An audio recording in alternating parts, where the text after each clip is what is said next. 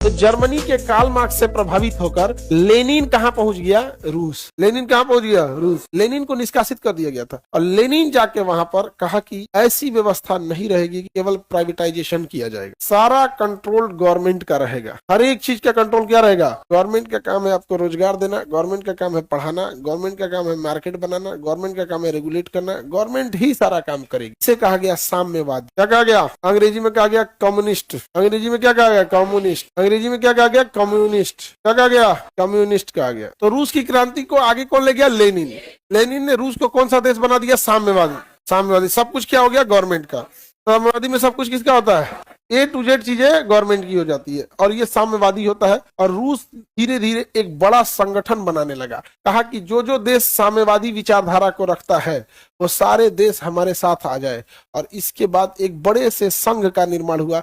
Estonia, Latvia, Lithuania, Belarus, Ukraine, Moldova हो गया, यहाँ पर Georgia, Armenia, Azerbaijan, Kazakhstan, Tajikistan, Uzbekistan, Kyrgyzstan, ये सारे 15 देश मिलकर कहे कि हम सब क्या रहेंगे? साम्यवादी रहे। हम क्या रहेंगे? साम्यवादी। तब अब यहाँ हर एक चीज गवर्नमेंट की हो गई। जब 1945 से लेकर 1990 तक उसके पास बहुत पैसा था, इसलिए सोवियत संघ बना USSR, union of socialist Republic, union of Soviet socialist Republic. समझ में गया? ये सेकेंड वर्ल्ड वॉर के बाद बना था। ये हम लोग आगे पढ़ेंगे जब स्टालिन वगैरह देखेंगे तब यहाँ, लेकिन जब रूस की था इसलिए अभी बता देते हैं। और 1990 में ये सोवियत संघ टूट गया और ये सारे देश इससे अलग हो गए। Estonia, Latvia, Lithuania, Belarus, Ukraine, Moldova, Georgia, Armenia, Azerbaijan, Kazakhstan, Kyrgyzstan, Tajikistan, Uzbekistan, ये सारे देश क्या हो गए? अलग हो गए। आज अकेला खड़ा हो गया कौन? अकेला खड़ा हो गया रूस। चाइना ने इस चीज को देखा, आगे यारी तो बहुत गड़बड़ चीज है। तो चाइना ने कहा हमारा देश जो है वो रहेगा कम्युनिस्ट।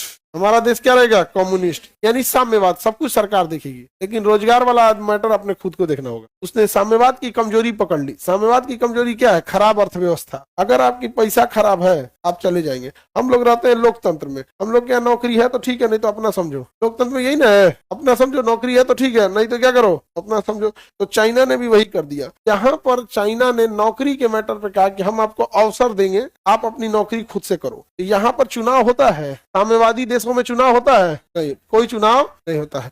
एक ही पार्टी, सिंगल पार्टी होती है जो डिसाइड कर लेती है कि किसकी सरकार होगी, किसकी नहीं होगी, और पूरा शासन वही देखता है। तो चाइना भी क्या है? साम्यवाद है। साम्यवादी देश जो होते हैं ये अस्थायी नहीं होते हैं, मतलब इनमें कभी ना कभी कोई विरोध होगा। अस्थायी सरकार लोकतंत्र की होती है। अस्थायी सरकार किसकी होती है? लोग, क्योंकि यहाँ हर 5 साल पे आपको बदलने का मौका मिलता है। अस्थायी सरकार किसकी होती है? लोकतंत्र की। अस्थायी सरकार लोकतंत्र की होती है। अस्थायी सरकार। समझ में आ गया कि नहीं आ गया? और चाइना जानता था कि साम्यवादी देश टूटता है तो केवल पैसे के बोझ पे। इसने कहा कि पैसा वाला मैटर पे हम लोग लोकतांत्रिक देश की तरह रहेंगे, बाकी जगहों पर हम लोग साम्यवादी की तरह रहेंगे। समझ में आ गया कि नहीं? तो चाइना इस मैटर पे नहीं टूटेगा, लेकिन अगर चाइना में बेरोजगारी बढ़ेगी तो यहाँ पे भी मांग उठने लगेगी इसकी, लोकतंत्र की। इसीलिए चाइना सबसे पहले कहता है कि हमारे यहाँ फेसबुक नहीं चलेगा, हमारा अपना रहेगा, गूगल हमारा अपना रहेगा, मतलब कुछ भी चलाइएगा ना तो कंट्रोल रखेगा। यानी कि अमेरिका का, इसलिए अमेरिका का दालें निकलता है वहां, कहता है यहाँ ये सब नहीं चलता है, तब उसका अपना रहेगा चाइना।